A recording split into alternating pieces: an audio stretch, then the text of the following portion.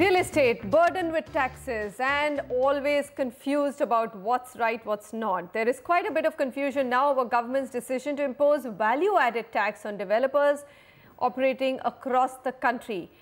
This is to enforce the Supreme Court judgment. Now, developers pay VAT or have to pay VAT through tax on construction materials like cement, sand, steel. Haryana already charges different VAT rates on construction materials. Now, what's going to happen? Well, A, the developer can pay VAT at the rate of 4% on project cost. Developer can pay or VAT against the bills generated on the purchase of cement, sand, steel, etc., etc. So you can pay basically at the project cost at a flat rate or at every material that you buy or put in construction. In Haryana, this has caused a lot of confusion. The state government has been very aggressive in actually issuing a lot of circulars, so developers are confused. They have no idea what they have to pay, and rightly so, buyers are even more confused. And it's not great news to actually get slapped with a 4 lakh or a 5 lakh bill after your project has got completed. So what's really going on? Siddharth Srivastava, founder SKS Associates, and Nikhil Jain, CEO Ramprastha Group, join me today. First up, Siddharth, what's really going on? I mean, why is everyone so confused in Haryana? It is a national tax. Yes, let's say the problem here, what we are facing is a two-pronged thing which has happened or should have happened. What happens, the first point in this is that it's a clear case of justice being delayed. Okay. It's a battle which has been fought for over a decade. And in 2005 itself, the Supreme Court in the first landmark judgment of K. Raheja has clearly said that whatever the builders are doing is a works contract. But justice delayed is something we have been aware of. It happens. What generally does not happen is that nobody was prepared to implement it. The builders as well as the department, the VAT department, have done no homework over the last 12 years or so. And finally, when the Supreme Court judgment was reaffirmed by the larger bench in 2013, the need was there to implement the judgment. Okay. At this point of time, the SSEs, namely the builders, were the most sympathetic class, I will call it, because they were facing a dual scenario. At one hand of the builders were the landowners, with whom they have taken the land to construct the building. Okay. And on the other hand, there were those thousands of buyers who have booked their flats in the projects the builders were doing. Now, a builder is liable to both of them. A builder is liable to the landowner also, and a builder is liable to the thousands of unit holders also. Now, a builder, when it goes to the VAT department, that, okay, here is a judgment I am willing to pay, how do I pay it? The VAT department starts issuing circulars all around.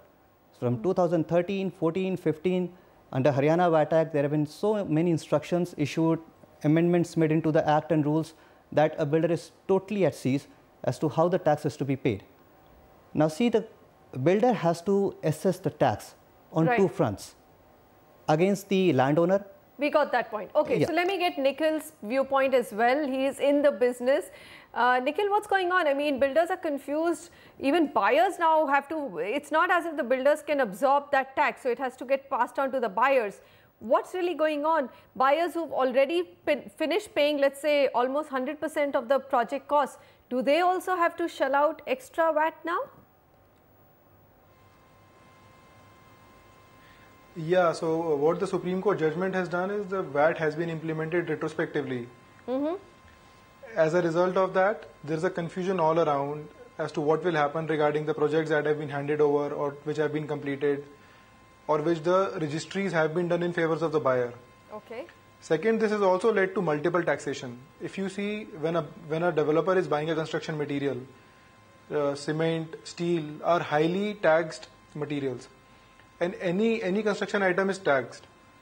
On top of it, you pay WCT to the contractors, you pay service tax to the government, and now there is VAT also which has been implemented. So there is confusion all around, and it will take a lot of time, I think 3-4 years before this thing can settle down with developers, customers and the authorities. Nikhil, also, are you saying that if it's going to take 4 years to get settled down, you mean to say for the next not only 4 years, 2 but to 3 years it will take for this thing to settle down easily. So anybody who's bought homes in the past also retrospectively it can be applied, they can be slapped with it. Is that a possibility? How are you going to collect those taxes? Yes, as per the Supreme Court judgment, it's going to be a big issue. Customers will say, why should we pay up? We have got the flat, and developer will also say that I have delivered, I'm out of it, why should I pay? So how will this that's get why I'm saying it will implemented? take a lot of time before these issues can settle down. Let me add to what Nikhil is saying. What we are facing here is that builder is the real assessee who has to pay the VAT first. Right. Because they are the person who have constructed the building. Correct. And the eventual customer is the final mile, the last mile customer who has to bear the entire burden of the VAT which becomes applicable on this project. Right.